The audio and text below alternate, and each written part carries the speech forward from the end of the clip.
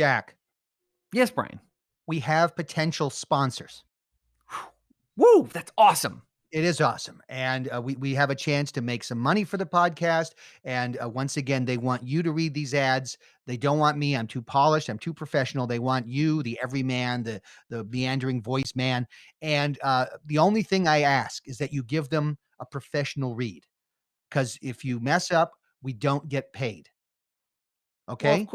Yeah, yes, of course. Being a professional and none of those other things you said about me are true. That's going to be easy for me because I'm a professional. I'm a professional podcaster, and the barrier for entry into podcasting is enormously high. It's This not is like they great. just let anyone do it. So, I'm here to kill it.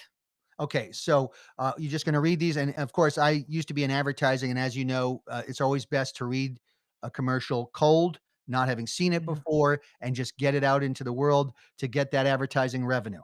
I'm going to send you the script right now. Okay. It's Now coming your way. that may be best. That seems sort of like a remnant from the patriarchy or from white dominant culture. I think maybe it'd be more inclusive if we let me read the copy ahead of time, so that way I know what's coming. Nope, nope, and I don't think references to things that's going to be confusing to people watching the video. You know what? It's good that people are a little bit confused watching the video because then they're going to know there's more podcasts that they have to go back and listen to. So Good you're thing. welcome. Okay, great. Well, I just sent it to you, Okay, and I've opened it. all right. So read away, sir, and get us some O- money. Okay, here we go. Questionable Material with Jack and Brian is brought to you by Kinasaki Kobe Beef, the #1 Kobe beef exported from Japan. The Kobe beef method provides the most outstanding beef you'll ever taste. Kobe cows are fed a healthy diet of high quality ingredients. The cows are massaged every day to keep their meat tender and free of fats and toxins.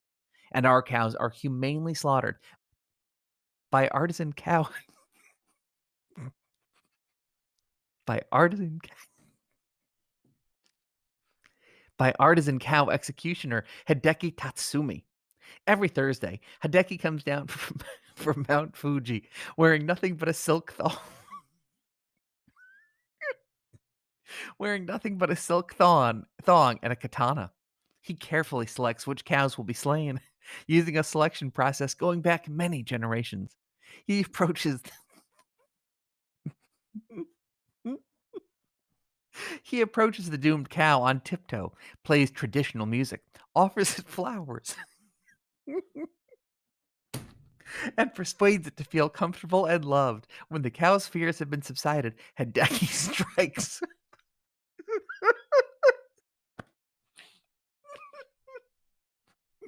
with lightning speed. He draws his family's heirloom katana from its scabbard, and in a single stroke, perfected by Grandpa Quito during his 1937 expedition into China, separates the cow's head from its delicious body. The cow has no time to experience fear, which prevents the secretion of fear fluids into the meat, which can leave a bad aftertaste.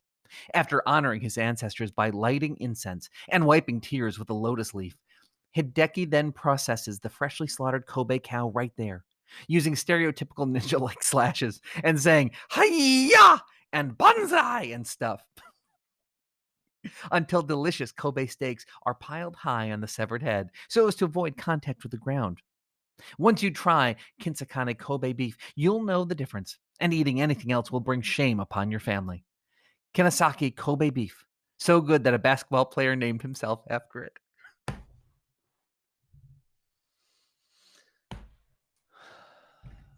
Well, we didn't get that sponsor. Yeah, I'm sorry. The I wasn't it felt a little shocking to think about the man coming down from Mount Fuji and all that stuff. It just surprised me a little bit, and it was unprofessional. I'm sorry.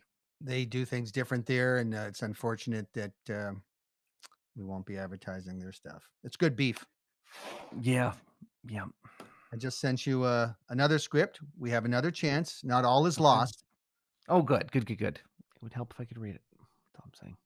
Just that's not how you do it in advertising. And I don't know how many times I have to say that. I was in Okay. advertising, Jack. I know these things. I know you were. You say that a lot at inappropriate times too. Yeah. It's a Oh, weird I know. brag. That's what my wife says. I don't care about your billboards. Okay. I just got it. I've opened it. I haven't read it. Do you want me to read it now? Yeah, please. Okay, here we go. Questionable material with Jack and Brian is made possible in part by a generous grant from the newly founded Bill and Definitely Not Melinda Gates Foundation. With a large endowment, and I mean large endowment, the Bill and Definitely Not Melinda Gates Foundation pledges to work tirelessly to fight poverty, disease, and inequity around the world, with an added emphasis on preventing suffering and loneliness for wealthy older men by offering companionship in their golden years, provided by vigorous, young, impressionable women in their 20s and maybe early 30s who hail from less morally rigid countries like Russia and Thailand. Bangkok, know what I'm saying? By eradicating loneliness in successful seniors, the Bill and Definitely Not Melinda Gates Foundation makes the world a better place, eliminating the distractions of endless booty hunting so that titans of industry and technology can focus on building a brighter tomorrow today. Now accepting applications for internships and administrative assistance. Must be fully vaccinated. Apply at boontown.com/5G/bill. No dudes or chubbos.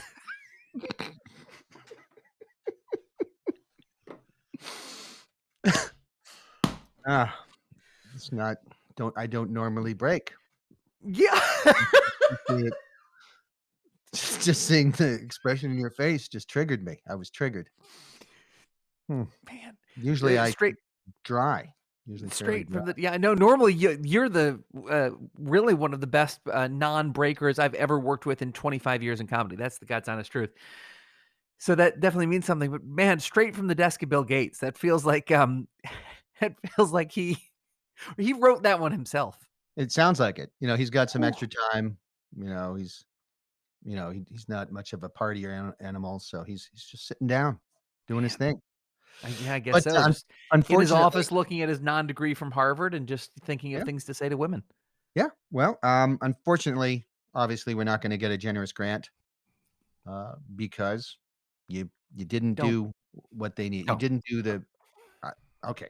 Listen, there are other chances. There are other ads in the sea, as we say, Mhm. and so let's just try again. Yep, let's try again. Okay. All right, send me the third one. Let's go. Let's do this. Alrighty. It's coming your way. Awesome. Yeah. Read like the wind. I will, my friend. Okay, I just got it. I'm opening it up, and I'm ready to go. I've never read this before. Please go. Okay. Questionable material with Jack and Brian is brought to you by Grandma Bella's original recipe spaghetti sauce. Grandma Bella's, I'm sorry, Grandma Bella's family recipe came straight out of Tuscany in Italy and was passed on for generations, and only by word of mouth. This cherished recipe was never written down, so it could never be stolen. Grandma Bella spends hours in the kitchen every day making spaghetti sauce for her husband Stefano, who died in 2002. That's because Grandma Bella's memory isn't what it used to be. And that's why every jar of Grandma Bella's original recipe spaghetti sauce is an adventure. One day, Grandma Bella recalls that the recipe has oregano and mint. The next day, it's thyme and banana or anchovies. Does spaghetti sauce have lemon juice and sprinkles in it? That's what Grandma Bella thought yesterday. But today, it's cheddar cheese and pickles. Oh, Grandma, it's a shame you didn't write down the recipe. But one thing is for certain, no two bottles of Grandma Bella's original recipe are the same, and no one else can say that. Take it from Grandma Bella, who doesn't recognize her own sons. There- There's no beating spaghetti sauce made in the old Italian fashion, with wholesome ingredients and some orange peel and pipe tobacco. Grandma Bella's original recipe spaghetti sauce. Look for it in a shoebox left on top of a broken washing machine. Ah, darn it. Ah, Darn it all. nuts. So she sells it in a shoebox left on a broken washing machine.